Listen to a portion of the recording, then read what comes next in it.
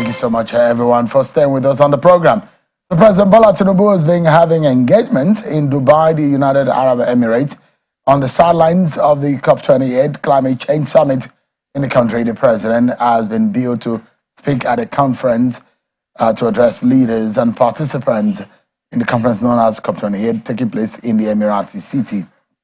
But today, President Bola Tinubu and the Chancellor of the German Chancellor, Olaf Scholz, earlier today, presided over the signing of the Presidential Power Initiative Agreement between Nigeria and Germany, designed to ultimately add 12,000 megawatts of electricity to the national grid, among several other engagement that the president is having. Let's get some insight into what is happening in Dubai. I'm being joined tonight by the president's spokesperson, Mr. Ajuri Ngilale, who joins us live from Dubai.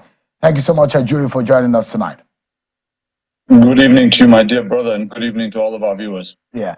We've had Semen a lot of the times. The meeting in Germany the other time, Semen's deal was part of it. President Buhari, the last administration, has struck a deal with Semen the last time. But yet again, we're hearing another deal being signed and perfected between President Tinubu and the German Chancellor. Bring us up to speed what this means. Thank you so much. So, of course, I was Senior Special Assistant to President Muhammadu Buhari on Public Affairs at the time when the Siemens agreement was being signed into effect.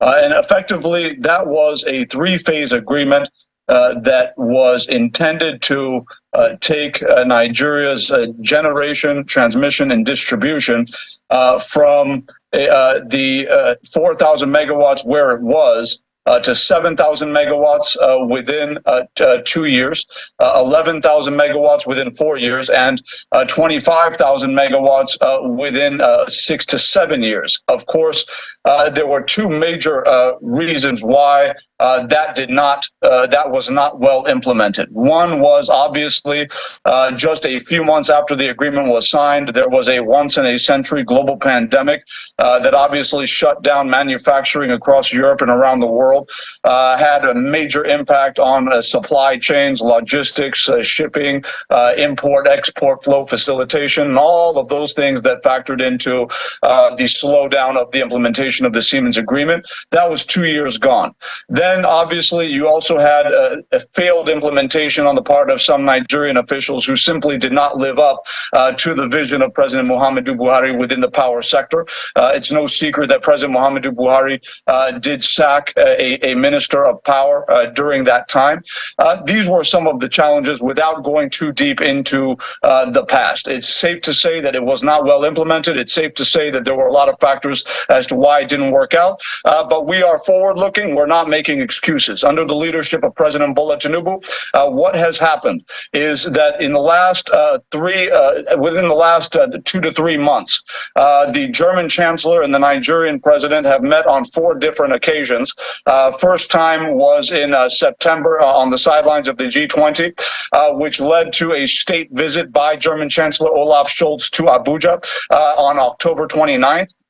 Which led to the participation of President Bola Tinubu at the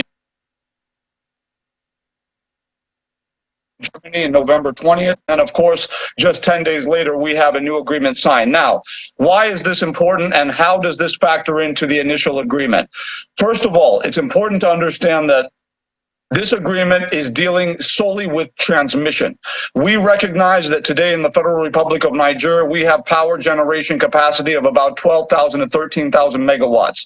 What this agreement seeks to do is to ensure that we can effectively evacuate all of the generated power in the country across a transmission grid that is now going to be fully modernized and capable of transmitting all generated power in the country to homes and businesses and industries across the nation. transmission. So that is what this agreement deals with. Now, this agreement is the first phase of the other phases of the agreement. Now, this first phase is dealing with transmission. It is timed for 18 to 24 months. I want to be clear about this. 18 to 24 months. We expect that the transmission grid, based on this agreement, will now have end-to-end modernization with all Siemens supplied and inculcated products, meaning that they're not only going to supply the substations and the 11,000 kilometers worth of power lines, et cetera, but they're also going to be installing their infrastructure. So it's a yeah. If I may jump in quickly, let me ask you. So what it then means is that the Siemens deal will deliver to Nigeria an added 12,000 megawatts. Is that right? No, this phase of the agreement does not add 12,000 megawatts that does not currently exist. That is not what it does. What it does is the current power generation capacity in Nigeria today, not yesterday, not tomorrow, today is 12,000 megawatts. We have the capacity to generate 12,000 megawatts in Nigeria today. The issue has been about stranded power and the inability of all value chains in the industry to support the full generation of power. Because in order to generate the 12,000 megawatts of power, what do power generation companies need? They need gas, right? So in order to buy gas, you have to have money. How do you make money as a power generation company? It's going to be from the sale of the power generated to the distribution companies through the transmission grid, right? Allowing them to pay the generation companies for generated power that they're supposed to be distributing into the homes and businesses of Nigerians. When they are not able to do so as a result of failing infrastructure in the transmission and distribution side of the industry, what that means is that the power generation companies don't have the funds they need to buy the gas they need to buy in order to get to the capacity that they're capable of getting to, which is 12 to 13,000 megawatts of power today. So now what this agreement does is it deals with the transmission grid. It basically says, look, the entire transmission grid nationwide is going to be totally modernized within 24 months, within the first term of President Bola Tinubu's administration, to say that we are finally going to be able to create an electric power industry in the country that will actually support the full mobilization of available power in the country to homes and businesses across the country, so that generation companies are able to make the money from distribution companies they need to make in order to purchase the amount of gas they need to purchase that will allow them to meet the capacity they're able to generate today. Ajuri, let's break it down. Ajuri, let's break it down. So in 24 months, that is in 2 years. Yes. What can Nigerians boast of in terms of what is delivered in the home? Just a straightforward one. How much of power will Nigerians be able to boast of in 24 and in 2 years? Thank you very much. So now we're very specific about this. We are dealing with the transmission company of Nigeria, which is under government control still, right? It has not been privatized. Distribution companies have been privatized. What we are dealing with is the transmission grid. That is how to wheel the gas from the power generation companies to the distribution substations in the jurisdictions around the country so that it gets to homes and businesses. So to answer your question, what we are expecting within the next 2 years is a minimum of 7,000 megawatts that will be into the homes and businesses of Nigerians, as against the 4,000 to 5,000 megawatts that we've been getting consistently now. Almost double of that within the next 2 years. That is what is going to be guaranteed. So let me go further to ask you, what has exchanged hands in this deal? Are we giving to Siemens and Germany gas as part of the deal that was discussed in Germany the other time on the president's trip? Or what are we paying for this? Thank you very much. So these are separate deals. Okay, so let me break this down very carefully for our people to understand. So just about 10 days ago, when President Bola Tinubu was in Berlin, he oversaw the signing of 2 major agreements. One was a gas export agreement, which effectively is going to massively reduce gas flaring in the Niger Delta by the construction of facilities that would take previously flared gas and transit and convert it into gas, liquefied natural gas, and compressed natural gas exports to Germany, which they are already buying in advance of the production. Okay, so they've signed on to buy it in advance of the production and assist us with the development of the facilities that will lead to that gas export. That's agreement number one. The second agreement that Mr. President oversaw in Berlin 10 days ago was a $500 million agreement that deals with renewable energy projects across the length and breadth of the Federal Republic of Nigeria. That has nothing to do with the Semen's program. It has nothing to do with the traditional grid. That has to do with solar power projects across rural hamlets, with a special focus on agro-allied industries, with rural electrification, making sure that our farmers have access to power, to provide mass refrigeration so that we can cut down on post-harvest losses. We want the food we're producing in the country to make it to the markets before they spoil. That is what mass refrigeration is going to do, but you need power to do that, and we believe the renewable energy agreement that's worth $500 million with Germany will go a long way to settling that problem. Now, the third agreement was signed tonight, just an hour ago, at which I was present, where essentially how the financing works with this is that we have the European Export Credit Agency, the German Export Credit Agency, essentially providing approximately 80 to 85% of the total funding. We provide 15% counterpart funding on a low interest credit facility. Their funding is brought on a low interest credit facility, right?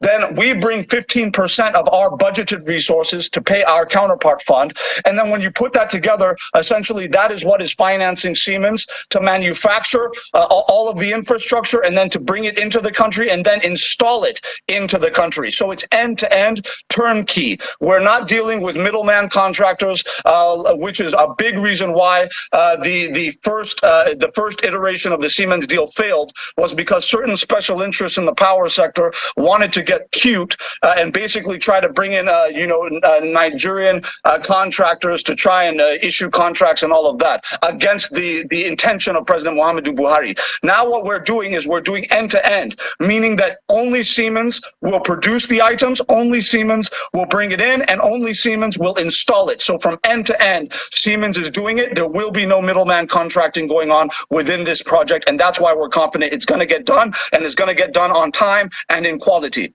Oh, okay. We're hopeful, and we're hoping that this is going to be a big and a real deal for Nigerians, because if power is settled, if power is guaranteed, then we can know that production also will be better, and that means something for revenue for Nigeria. But let me ask you quickly, what are the things that we're hoping that the president will be engaged with and the benefits for Nigerians in Dubai?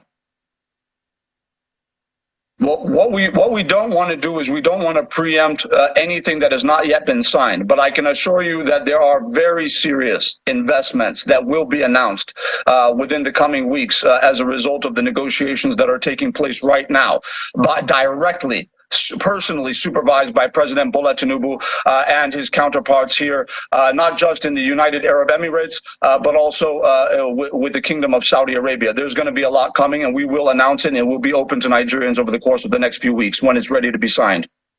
What more can you tell us about the unfinished business between Nigeria and the United Arab Emirates in terms of immigration issues, in terms of aviation deals? Absolutely. So I think the Minister of Aviation, Mr. Festus Keyamo, has already come out to say that they're part of the larger binational agreement has been essentially sealed. There will be an announcement on that coming up. But what is going on essentially between the two sides is we want to make sure that the deal is comprehensive. I think the initial idea was that it was going to be run in segments. So you deal with, for example, the visa ban at once. Then you deal with the other thing, maybe aviation second. Then you deal with, the liquidity agreement with the central bank and with the oil and gas sector separately. But what was agreed between the two parties after the initial meeting was that it would be part of a comprehensive binational agreement that is cross-sectoral. So they want to finish everything at once and then do a joint signing. And we, in recent days, it's no secret that the president of the United Arab Emirates sent a special envoy to President Bola Tinubu, where we hosted them in the State House. And we believe there will be, as a result of that, a follow-up that will lead to the conclusion of these agreements. So we're asking Nigerians to just please be patient with us. When should we be looking forward to the president speaking at the summit? Well, I believe that what the president's focus on is now is ensuring that these negotiations that bring direct benefit to the Federal Republic of Nigeria are concluded, and that is where his focus is at this time. Ajuri, let me allow you to run quickly to some other businesses you told me that you need to catch up on, and I'll release you quickly now. Thank you so much indeed for your time tonight. Thank you very much for having me. God bless you. Bye.